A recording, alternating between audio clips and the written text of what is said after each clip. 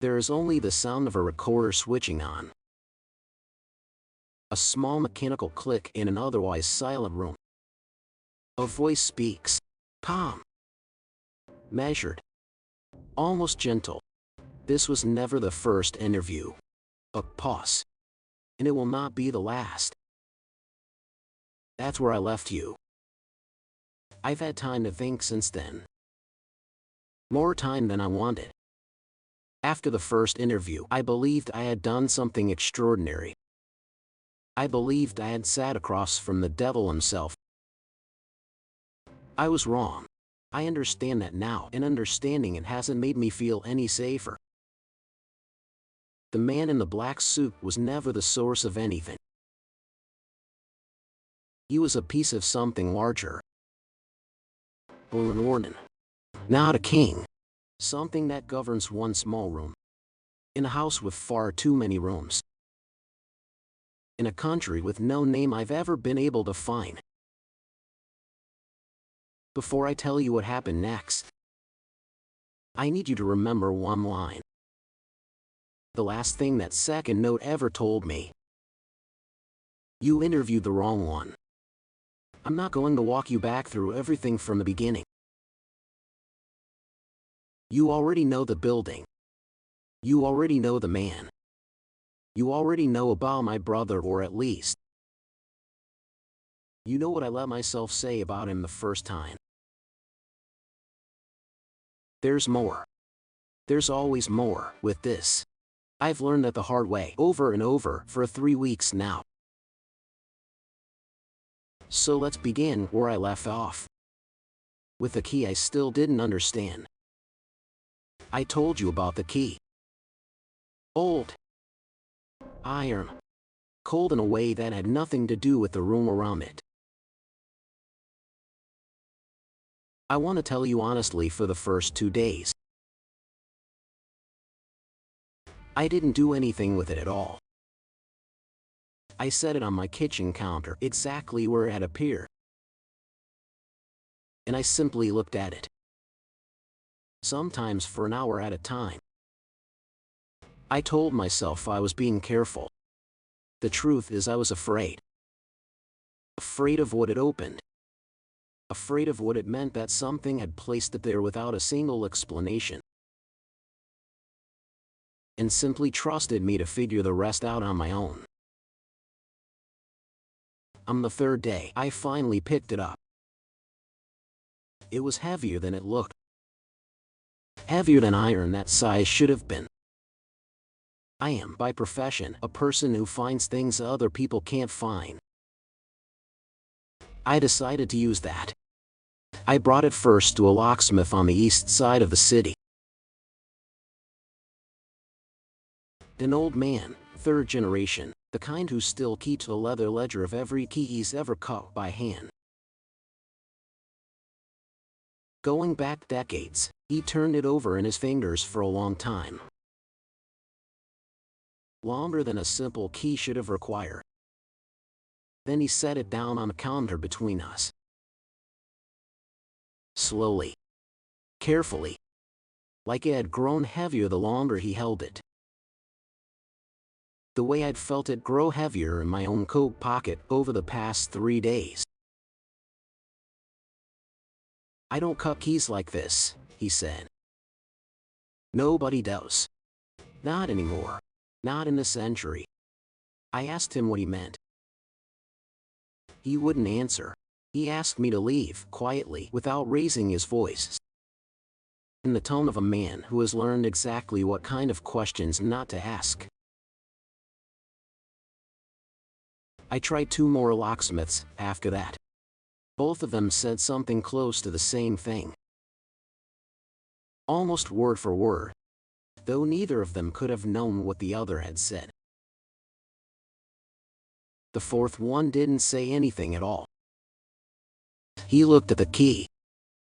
He looked at me.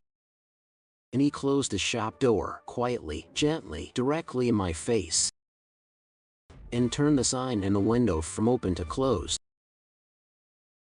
I stood on the sidewalk for a long time after that. holding a key that 4 separate strangers had refused to even discuss with me. So I did the only thing I had left to do. I brought it to Father Cruz. I hadn't planned to show him the key that day. I had gone to his house to talk about the second note, the one under my pillow, the one with the broken circle drawn beneath it. The key was still in my coat pocket, wrapped in cloth, because some part of me had started to feel wrong just carrying it loose against my skin. But partway through our conversation, while I was reaching for my phone to show him a photo of the note, the key slipped out and landed on his table with a small, flat sound. Father Cruz stopped talking mid-sentence. He stared at it. Not with curiosity, with recognition.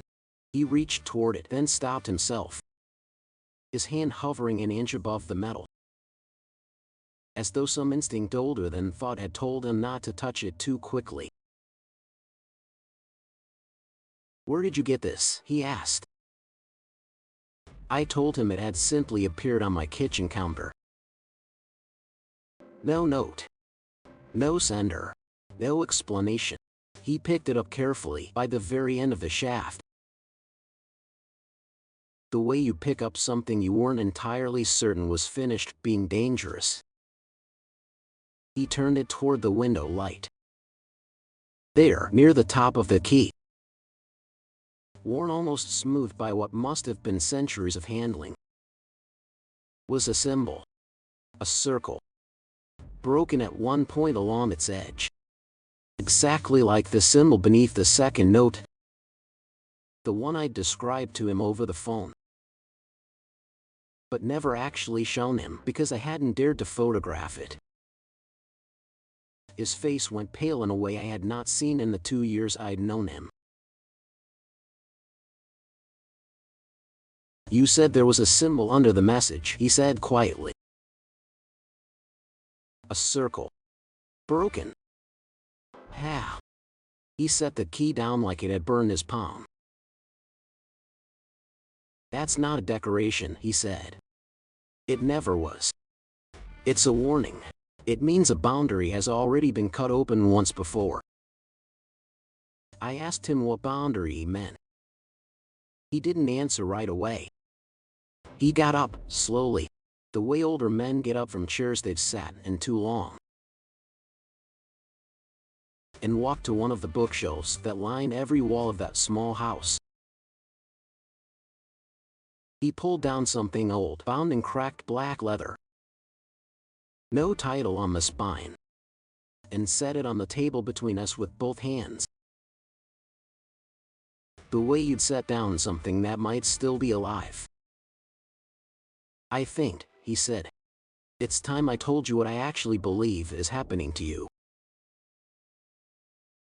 Father Cruz opened the old book carefully, one page at a time, as though the paper itself might not survive being rushed. The pages were the color of dry tea. The handwriting shifted every few pages at least 3, maybe 4 different hands across what must have been centuries, layered over each other like generations of the same frightened family, adding their own warnings to a document none of them fully understood, but all of them felt obligated to protect. "You asked him if hell was real," Father Cruz said, without looking up from the pages. "And he asked you, in return, which one?" I remembered. I hadn't understood the question then. I'm not sure I fully understand it even now. "There's a belief," Father Cruz said, "far older than most of what the church allows itself to teach publicly. Older than most of what even gets whispered privately among the people who study this. That hell was never one place. That is many places. Many realms is the word this book uses. Grown, not built. The way a wound grows scar tissue around itself over centuries. Layer after layer, until the original injury is buried so deep nobody remembers what caused it. Each realm shaped by a different kind of suffering. Each one governed by something that was never quite human. And never quite a god either. Something in between, something that exists because the suffering itself needed somewhere to live. I asked him if that was true. What exactly the man in the black suit had been. If not the devil himself. Father Cruz turned another page, slowly. "Oh, Warden," he said. "That's the closest word I have for it in your language. Old. Powerful within its own borders. But bound to one specific realm and unable to leave it. Except when someone from the outside opens a door for him." "You open a door for him," he said, looking up at me directly for the first time in several minutes. "The invitation was the door. The room you sat in was inside his realm, not yours. You walked into his territory the moment you sat down at that table. And he could no more leave it uninvited than you could breathe underwater." I asked him if that was true, what the second note meant. The one telling me I'd interviewed the wrong one. Father Cruz closed the book slowly, both hands flat against the cover, like he was holding something shut that wanted to open. "It means," he said, "there is at least one more realm. And whatever governs it wants you to visit." I showed him the exact line from the second note. The photograph of it's still on my phone. "Interview the one who escaped hell." Father Cruz went very quiet. He didn't reach for the book again. He simply sat there, hands folded in his lap, staring at the table between us. For long enough that I genuinely started to wonder if he intended to answer me at all. "There's an older story," he finally said. "Older than the many realms belief. Older than most of anything written down, in any language, anywhere. About something that was never meant to exist inside any hell in the first place." I asked him what that meant. "Every realm has a warden," he said. "Something that belongs there. Something the boundaries themselves were built specifically to contain. The way a cage is built around the animal it's meant to hold. This wasn't like that. This was something that arrived from somewhere else entirely. Somewhere none of the old texts agree on. Some call it a place before all the realms. Some call it nothing at all, an absence rather than a location. And whichever realm it was placed into, for however long, couldn't hold it. It broke out. A very long time ago. Longer than any of the dates recorded in this book. And this book is old enough that its oldest pages don't have dates at all." I asked what happened to it after that. Where it went. What it did. Father Cruz looked up at me. And for the first time since I'd known him. Through 2 years of interviews, phone calls, quiet cups of tea in this same small house, I saw something in his eyes that looked less like faith and more like plain, ordinary human fear. "It's been moving through the cracks ever since," he said. "Between your world and whatever lies beneath it. Never fully belonging to either one. Never fully welcome in either one. Looking for something," he said. "For someone," he corrected himself, quietly. He let that sit in the room between us for a long moment. The only sound the ticking of an old clock somewhere behind him. "I think," he said slowly, "finally, you already suspect who. I need to go back further than I've ever gone before. Not just for you. For myself. My brother did not die. I've let people believe that for 17 years. Because the truth was always harder to say out loud than the lie. His name was Daniel. I haven't said that name out loud to anyone in longer than I can remember. It feels strange even now, writing it down. Like unlocking a door I promised myself I'd never open again. He disappeared when I was 14. He was 17. We shared a room our entire childhood, 2 beds against the opposite walls. Close enough that I used to fall asleep most nights listening to the sound of him breathing across the dark. The night it happened started like any other. We'd argued about something small and forgettable. The kind of argument only siblings that age have. Whose turn it was to control the television, I think. Though even that detail has started to blur with time. We went to sleep angry at each other. I have thought about that more than almost anything else in the 17 years since. I woke up sometime after midnight. For no reason I could ever explain to the police, to my parents, or to myself. His bed was empty. The sheets weren't even disturbed the way they would be if someone had simply gotten up to use the bathroom. They were smooth, undisturbed, as though he had never actually been lying in them at all that night. Despite the fact that I had watched him climb into that bed myself. Hours earlier, his window was open. It had been locked. I would have sworn to that in any court, on any oath. Our father checked every window in the house each night before bed. A habit from years earlier when a break in 2 streets over had frightened our mother badly enough that the ritual never stopped. And there was a smell in the room. Faint.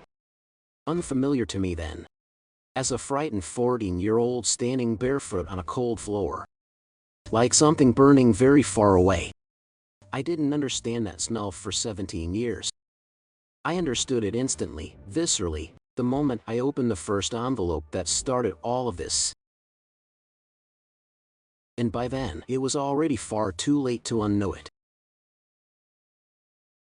He was never found. No trace. No note. No body, no clothing. No single piece of physical evidence that a boy had ever climbed out that window at all. The police searched for 11 days before the search quietly, gradually, without ever officially being called off, simply stopped. I remember the exact moment I understood they'd stopped looking. The detective, a kind man in his own tired way, sat across from my parents at our kitchen table and used the phrase children who choose to leave for the first time. Not directly about Daniel. Never directly. Always framed as a general possibility, a statistic. A thing that happens to other families. Phrased carefully enough that no one could later say he'd accused a missing boy of running away. But that was the implication underneath every word after that. That a 17-year-old had simply chosen to go. And simply chosen never to come back. And now locked window in an empty room and a smell no one else in the house had noticed were details that didn't matter as much as I insisted they did.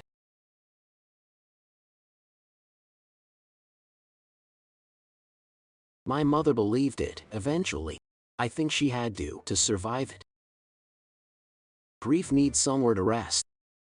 And he ran away as a softer place to rest than he was taken by something we can't name. My father never said what he believed. He simply stopped speaking about Daniel entirely, a silence that lasted the rest of his life. And that I never once managed to break through. Not even near the end. I never believed the story everyone else settled into. Not for a single day in 17 years. I built an entire career finding people other people couldn't find.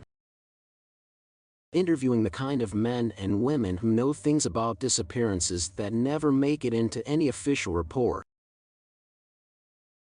Sitting across from murderers and liars and the occasional genuine monster, always, underneath every single interview, asking one question I never said out loud. Do you know anything about a boy who vanished from a locked room 17 years ago, leaving nothing behind but an open window and a smell like something burning far away? No one ever did. Until 3 weeks ago. I told Father Cruz something I hadn't fully understood myself until I heard myself say it out loud. Sitting in his small living room with that old book still between us. The exact wording the man in the black suit had used weeks earlier. In that room with no windows. Do you still think about your brother? Not did you have a brother. Not what happened to your brother. Do you still think about him? Present tense, as though my brother were still somewhere to be thought about right now. In this exact moment, rather than a memory sealed permanently in the past. As though he weren't bound in the way I had spent 17 years afraid he was gone. But existing, somehow, right now, in some place I simply hadn't found yet. Father Cruz sat with that for a long time before he spoke again. If that warden phrased it that way deliberately, he said carefully, choosing each word like he was walking across unstable ground, then he knew something about your brother's current state. Not just his past, his present. He knew my brother might still be alive, I said. It wasn't a question. I didn't ask it as one. Father Cruz didn't correct me. I think, he said slowly. You were never invited to that building at random. I think whoever or whatever arranged that first interview knew exactly who you were. And exactly what you carried with you, before you ever opened that envelope. I think it knew about your brother before it ever bothered learning your name. That thought has not let go of me since he said it. Not for 1 hour, one meal, one attempted hour of sleep. In the days since. Somewhere, something has known about my family, has been watching my family. Has understood the exact shape of my grief closely enough to weaponize a single sentence. For longer than I have understood my own life. I asked Father Cruz the question that had been sitting in my chest. Unspoken, since the second note first appeared under my pillow. Why would something want to help me? He didn't answer quickly. He never does when the question actually matters. And I've learned by now to let his silences run their full length before I fill them myself. The warden you met didn't want you going any further, he finally said. That much is clear from everything you've told me. He warned you, more than once, in that room. He tried to end the interview before it went where it was heading. Something in that room frightened even him. But something else entirely sent you that second note. Something that wants the opposite outcome. Something that wants you to keep moving toward whatever or whoever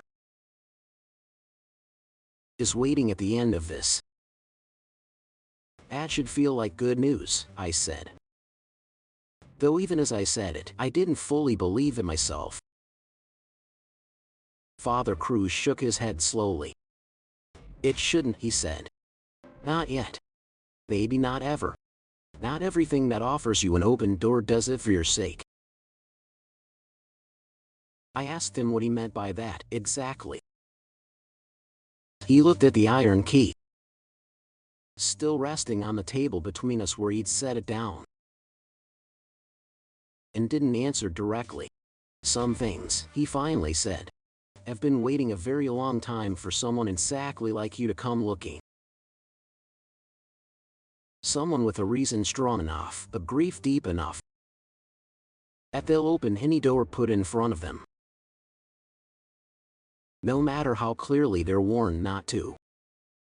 That doesn't make the invitation a trap.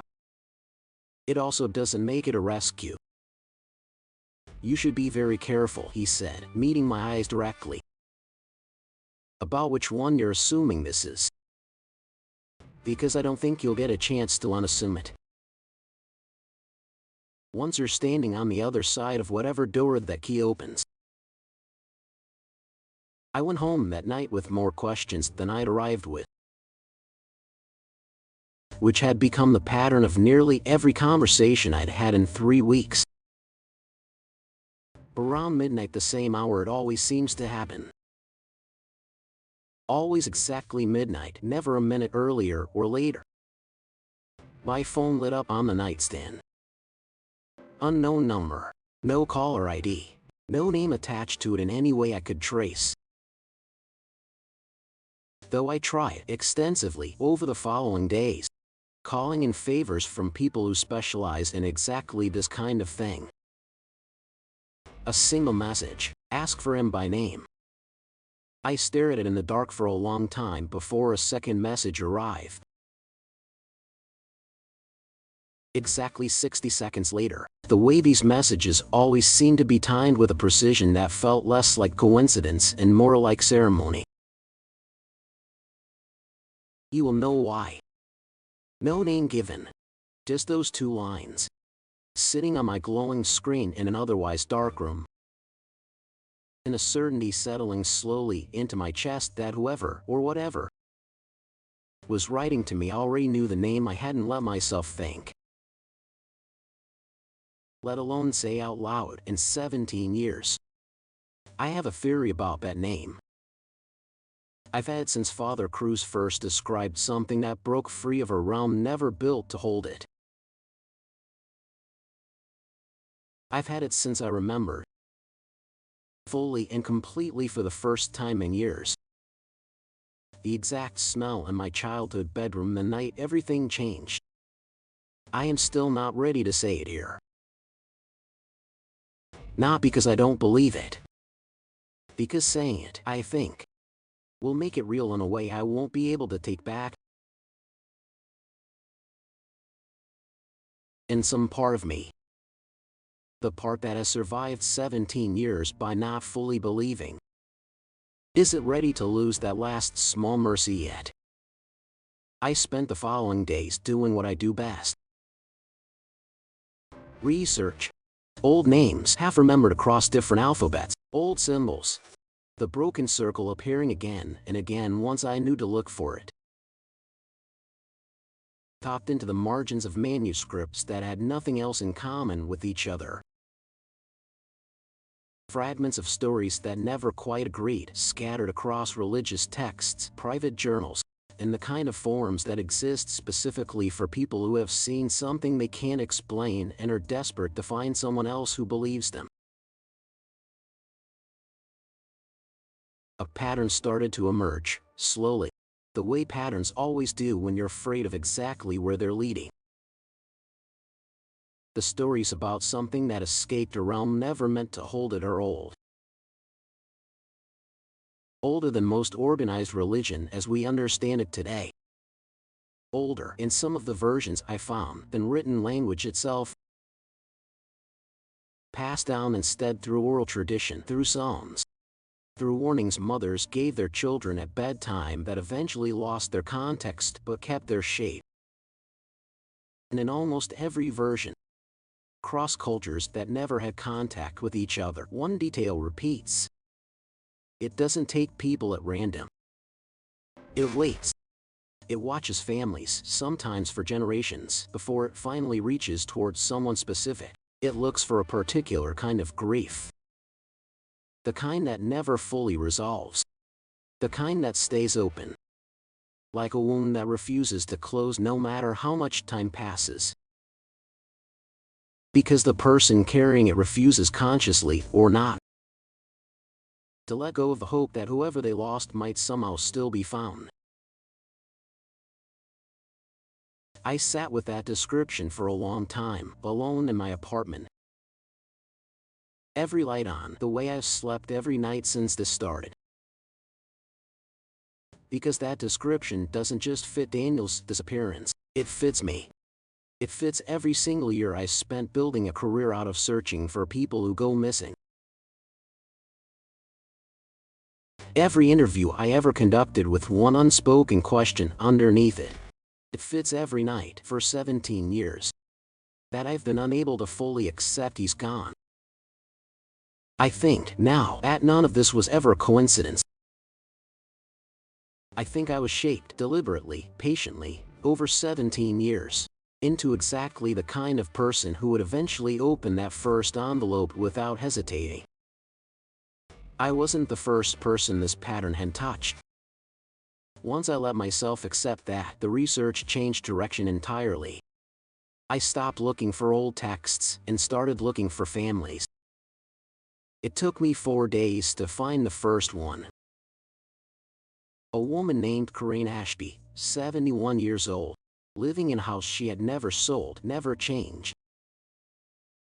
In the 46 years since her younger sister disappeared from it at 16. I asked her carefully if she remembered any unusual smell that night. She went very still. "Nobody's ever asked me that," she said. "Not the police. Not anyone. Like something burning. Far away." She showed me a note. Kept in a small wooden box for 45 years. Delivered exactly 1 year after her sister vanished. She is not gone. She is waiting for the right question. No signature. No date. I found one more family after her in a different city, decades apart. No connection between them at all. Same smell. Same kind of note in a different hand, slipped under a different door. Not gone. Waiting. I laid it all out on my apartment floor that night. And stood over it for a long time. The pattern wasn't random. It looked, increasingly, like a farm. Not a hunting ground. A cultivation. Brief, tended across generation, waiting for exactly the right person to come, looking hard enough to open a door left ajar on purpose. Daniel was never the only one. He was just the one it had finally finished waiting for. I went back to Father Cruz one final time before I went looking for the lock. I brought him everything: Corinne Ashby's letter, the photographs of the other families, the pattern laid out as clearly as I could make it.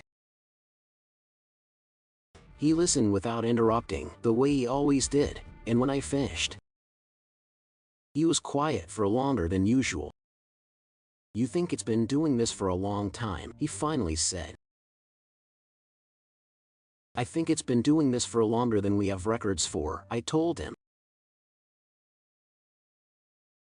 He nodded slowly, and something in his face told me this wasn't entirely new information to him. That some part of what I just described he had already suspected. Or already known, and simply never had a reason to say aloud. "There's a word for what you're describing," he said. "Old. Not in this book." He touched the black leather cover without opening it. "In an older one that I don't have anymore." "Shepherd," he said. "Not hunter. A hunter takes what's in front of it. A shepherd tends a flock across generations, and only takes when the flock is ready to be taken." I asked him if that was true. What happened to the ones who never came looking? The families who grieved and eventually, however painfully, let go? "I don't know," he admitted. "I have never found a record of one.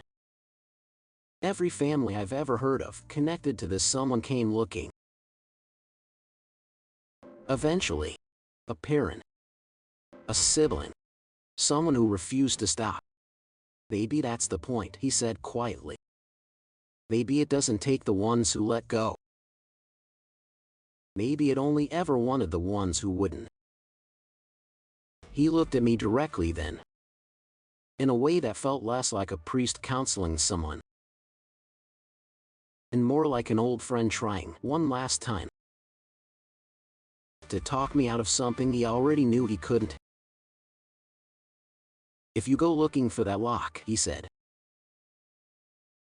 "I want you to understand exactly what you'll be proving the moment you find it. Not that your brother is alive. Not that you'll get him back. Only that you are exactly the kind of person it was always waiting for." I told him I understood. I'm not sure, even now, that I did. He gave me one more thing before I left that night. A small, tarnished medallion on a length of cord, older than anything else I'd seen in his house, with the same broken circle stamped into its face. Except this circle had been deliberately, carefully mended, a thin seam of different metal closing the gap. "I don't know if it will do anything," he said, "but I'd rather you carry it than not." I wore it under my shirt the night I went back to that building. I don't know if it did anything either. I know I'm still here to tell you about it, and I choose, for now, to let that mean something. It took me longer than I expected to find where the key actually belonged. I won't walk you through every dead end, there were many.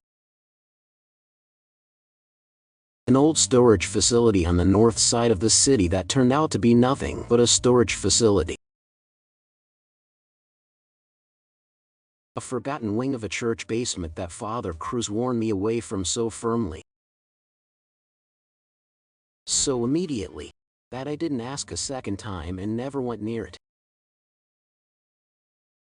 I found it, eventually, in a place I had already been. Beneath the same industrial building where the first interview happened. There is a sub-level most records don't mention at all. I only found it because one very old insurance document, filed decades before anyone alive today had been born, listed a square footage for the building that simply didn't match anything visible above ground. Nearly a third more space than the structure appeared to contain. I went back to the building at night. I know how that sounds, given everything I've already told you. I went anyway.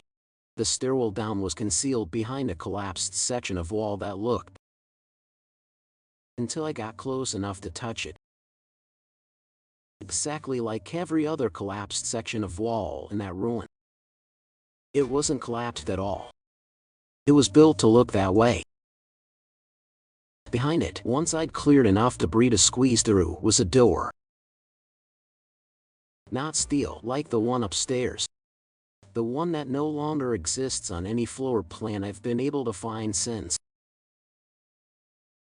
Old wood, bound in black iron, with a lock exactly the size and shape of the key that had been sitting on my kitchen counter for the better part of a week.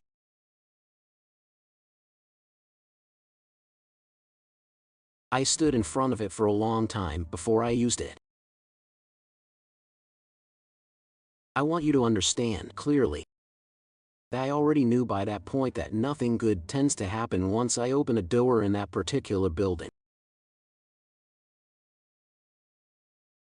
I used the key anyway. The key turned. There was no click. Instead, my recorder, which I had not switched on, which was sitting closed inside a zipped compartment of my back, several feet away from where I stood, turned itself on. I heard it happen. That small, unmistakable mechanical sound, coming from inside a zipped bag I hadn't touched in over an hour. Then, breathing, slow, uneven, like someone who had been holding it in for a very long time, and had finally been allowed to let it out. Then, a voice, quite familiar in a way that made my whole body go cold before I even consciously understood why. You finally came back. I had never been to that door before in my life. I told it so, out loud, my voice shaking in a way I hadn't allowed it to shake since the first interview. There was no response to that. Only more breathing, closer now, as though whatever was on the other side of that old wooden door had drifted nearer to hear me better. The door was open now. I don't remember it opening. One moment it was shut, iron-bound wood in front of me the next. It stood ajar, darkness beyond it deeper than my flashlight should have allowed. The beam seeming to be swallowed a few feet past the threshold instead of illuminating anything at all. I didn't move. I couldn't, because the voice that had spoken wasn't the warden's. I would have known that voice anywhere by now, after everything. It wasn't Father Cruz, obviously. He was nowhere near that building. And I hadn't told him I was going. It was a voice I hadn't heard in 17 years. A voice I used to fall asleep listening to, night after night. Through the dark of a shared childhood room. My brother's voice. I said his name out loud, Daniel. For the first time in longer than I can remember. My voice cracking around a syllable I hadn't allowed myself use since I was 14 years old. There was a long pause. Then, from somewhere inside that darkness, closer than it should have been able to get without actually crossing the threshold, he spoke again. 4 words, urgent, afraid in a way I had never once heard him. Not even as a small child scared of a thunderstorm. Not even in any memory I've kept of him across 17 years. Don't open the door. I told him it was already open. I told him I could see it, right there in front of me. Standing wide on its hinges. Darkness pouring out of it like something being exhaled. He didn't answer that. Instead, I felt the key move in my pocket. Not me moving it. It twisted against the fabric on its own, sharp and sudden. Like something on the other side of that door had decided our conversation was finished. Whether either of us was ready or not. I'm not going to describe everything I saw beyond that door.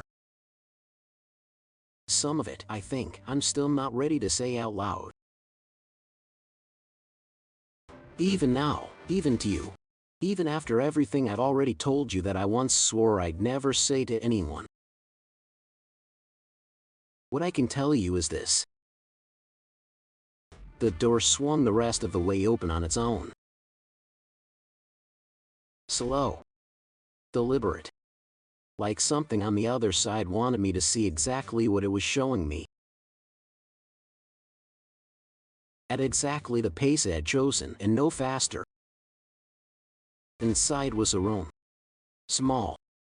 Windowless, like the one upstairs, but older. Colder.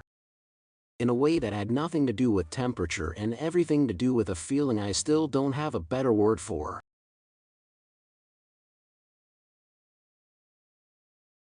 A single chair sat in the center of it, facing away from me.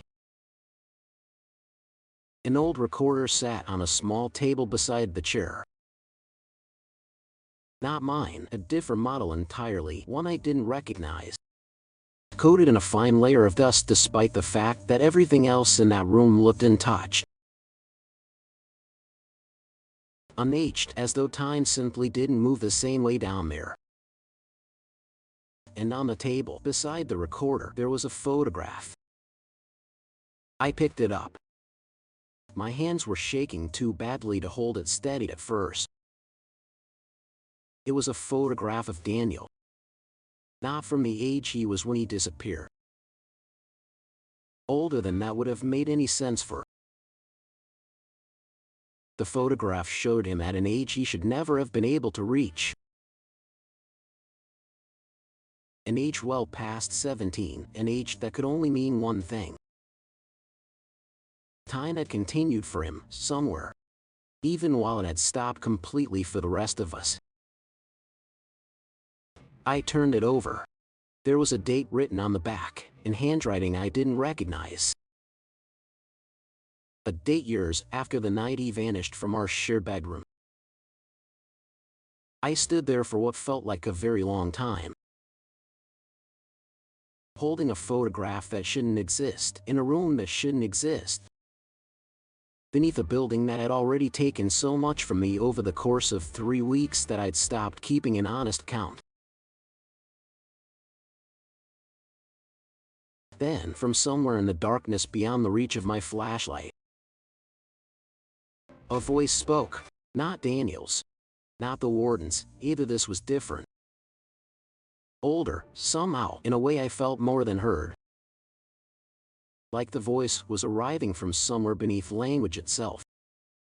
And simply borrowing words because words were the only tool it had for reaching me. You wanted to interview the one who escaped hell. I didn't answer. I don't think I could have, even if I wanted to. A pause followed, long enough that I started to believe, for one brief and foolish moment, that it might already be over. It wasn't. You should have asked, the voice said, quieter now, almost gentle. In the same way the warden's gentleness had never once actually meant I was safe. What he escaped from. The flashlight in my hand went out. Not flickered. Not dimmed. Simply stopped, all at once. The exact way the bulb had stopped in that first room weeks ago. In a different part of the same building that seems to exist in more places. In more configurations than any blueprint should reasonably allow. I heard the photograph slip from my fingers before I even realized I'd let go of it. I heard it land somewhere in the dark I couldn't see. And in the absolute black that followed, I heard one more thing. Footsteps. Slow. Deliberate. Not circling, this time, the way they had in that first room. Approaching. I'm not going to tell you what happened after that.